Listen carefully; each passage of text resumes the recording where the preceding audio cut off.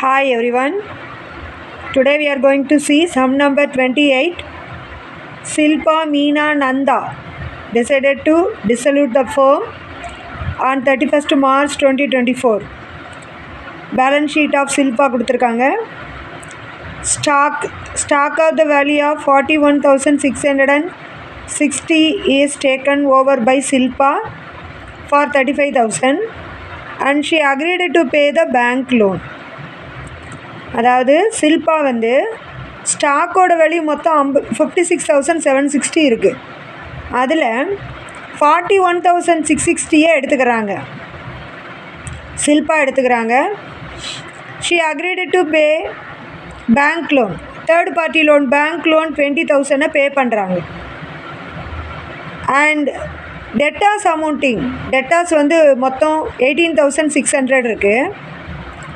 10,000 மதிப்புள்ள டெட்டாஸை 8,000க்கு ரியலைஸ் பண்ணுறாங்க.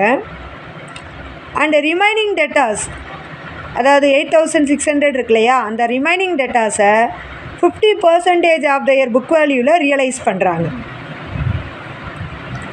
And land is sold for 1,10,000. லேண்டோட விலை 81,000, but that is realised for 1,10,000. And there was a typewriter பார்த்திங்கன்னா 6,000 மதிப்புள்ள அன்ரெக்கார்டட் டைப்ரைட்டரை கிரெடிட்டாரோட வேல்யூ மொத்தம் வந்து 37,000 இருக்குது. இந்த 37,000க்கு 6,000 மதிப்புள்ள கிரெடிட்டாரை செட்டில் பண்ணுறாங்க அந்த டைப்ரைட்டரை கொடுத்து. அப்போ ரிமைனிங் 31,000 கிரெடிட்டாஸை நம்ம வந்து பே பண்ணணும், பணம் பேங்க் பேலன்ஸ் மூலமாக பே பண்ணணும். ஸோ இப்போ நம்ம சம் எப்படி போடுறதுன்னு பார்க்கலாம்.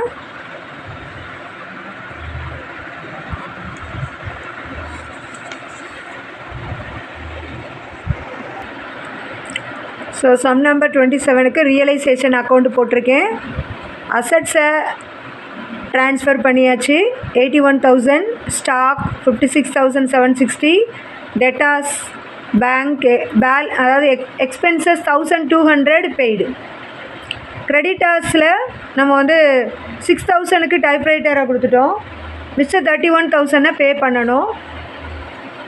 அண்ட் பேங்க் லோனை சில்பா பே பண்ணுறாங்க, அதுக்கு 20,000 சில்பாக்கு நம்ம 20,000 ட்ரான்ஸ்ஃபர் பண்ணணும். அண்ட் நெக்ஸ்ட்டு நம்ம cash account, partners capital account பார்க்கலாம். பார்ட்னர்ஸ் கேபிட்டல் அக்கௌண்ட்டில் பை பேலன்ஸ் ப்ராட் டவுன் எழுதியிருக்கேன், ஜென்ரல் ரிசர்வை டிவைட் பண்ணி எழுதியிருக்கேன். ரியலைசேஷன் அதாவது 20,000 பேங்க் லோனை பே பண்ணிக்கிறேன்னு சொன்னாரா சில்பா, அதனால் அவருக்கு 20,000 க்ரெடிட் பண்ணியிருக்கு. அடுத்து அவர் வந்து தென் ரியலைசேஷன் 35,000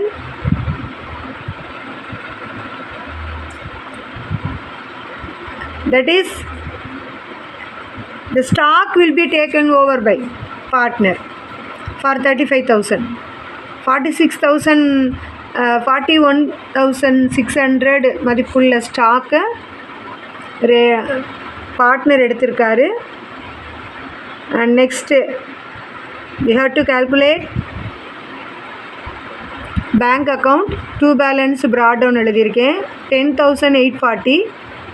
ஸ்டாக்கில் ரிமைனிங் ஸ்டாக்கை நம்ம கேஷுக்கு விற்றுருக்கோம். டெட்டாஸ் வந்து ஒரு 8,000 டெட்டாஸுக்கு 10,000 டெட்டாஸ்க்கு 8,000 ரியலைஸ் பண்ணோம். மீதமுள்ள 8,600 டெட்டாஸுக்கு 50% ரியலைஸ் பண்ணோம். ஸோ அதை ரெண்டையும் ரியலைஸ் பண்ண டோட்டல் வந்து 12,300. லேண்டை வந்து 1,10,000க்கு. And Nandhas capital 17,510.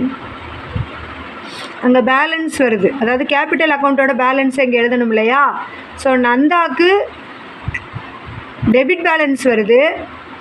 அண்டு 2 பேர் சில்பா அண்டு மீனா 2 பேருக்கும் க்ரெடிட் பேலன்ஸு, அது ரெண்டையும் நம்ம டோட்டல் பண்ணியிருக்கோம்.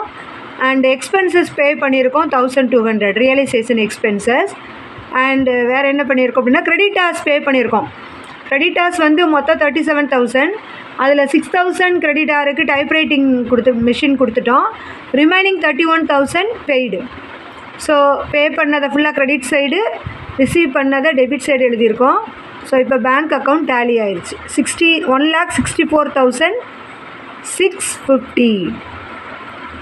ஸோ வீடியோ பிடிச்சிருந்தா லைக் பண்ணுங்கள், சப்ஸ்கிரைப் பண்ணுங்கள். அப்போ தான் நான் அடுத்தடுத்து போடக்கூடிய வீடியோஸ் உங்களுக்கு ரிசீவ் ஆகும். நெக்ஸ்ட்டு கம்பெனி அக்கௌண்ட்ஸ் ஸ்டார்ட் பண்ண போகிறேன். தேங்க்யூ.